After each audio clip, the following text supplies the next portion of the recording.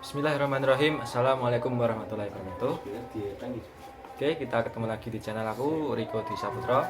Nah, pada konten kali ini aku akan membahas materi tentang buku yang berjudul Handbook of Islamic Education karya Holger Daun dan Reza Artsman. Nah, buku ini cukup menarik ya teman-teman. Bagi teman-teman yang mau membaca, silahkan saja. Nanti akan aku kupas materi yang akan aku pelajari saat ini. Nah, jadi pada kesempatan kali ini aku akan membahas materi tentang teknologi informasi dan komunikasi dan pendidikan dalam konteks muslim. Jadi saat ini TIK itu memiliki peran yang cukup besar ketika di sekolah, universitas, dan organisasi negara di seluruh dunia muslim, termasuk di negara Iran. Nah, terlepas dari semua tantangan, teknologi informasi dan komunikasi menjadi agenda pemerintah Iran dengan tujuan milenium untuk pembangunan.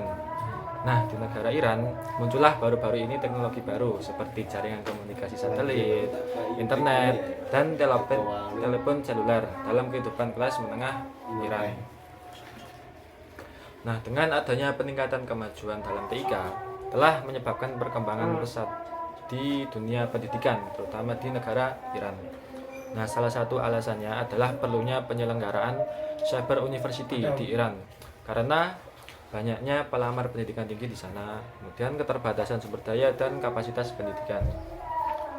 Kementerian Sains, Riset, dan Teknologi memprakarsai proyek teknologi informasi dan komunikasi pendidikan, terutama di sekolah, universitas, dan organisasi negara, dengan tujuan untuk melakukan perubahan yang signifikan terhadap arah praktik belajar mengajar. Namun, penggunaan TIK yang efektif dalam pendidikan membutuhkan reformasi pendidikan yang masih didominasi oleh metode tradisional. Nah, akhirnya pemerintah berencana untuk mempromosikan TIK dalam pendidikan yang difokuskan pada pengembangan jaringan ilmiah di Iran untuk mempromosikan pertukaran informasi berbasis web antara universitas virtual dan juga memerlukan strategi sistem manajemen, model pembelajaran, dan perangkat keras maupun perangkat lunak di sana. Nah, untuk implementasi kebijakannya mempunyai tujuan untuk mempromosikan penggunaan TIK dalam pendidikan, terutama di sekolah maupun di universitas. Adapun pengenalan TIK ke pendidikan di Iran ada faktor-faktor yang membatasi. Itu yang pertama termasuk kurangnya kebijakan pendidikan yang berbasis TIK, sikap konservatif, kepekaan yang berlebihan, dan kontrol atas masalah pendidikan. Begitupun juga adanya masalah organisasi, manajerial, komunikasi, dan sebagainya. Nah, hal itu beberapa hambatan tadi mengakibatkan pengenalan TIK yang tidak terstruktur dalam institusi pendidikan. Dan ketika menggunakan TIK dalam pendidikan di Iran, terdapat pembatasan dan hambatan yang dialami, seperti kurangnya pemahaman guru sekolah mengenai perangkat keras dan perangkat lunak, kemudian pengetahuan TIK yang tidak memadai, infrastruktur TIK yang lemah, dan kurangnya akses ke internet berkecepatan tinggi di beberapa daerah. Adapun negara-negara dengan penduduk mayoritas muslim juga memiliki tantangan yang sama dalam hal TIK dan pendidikan.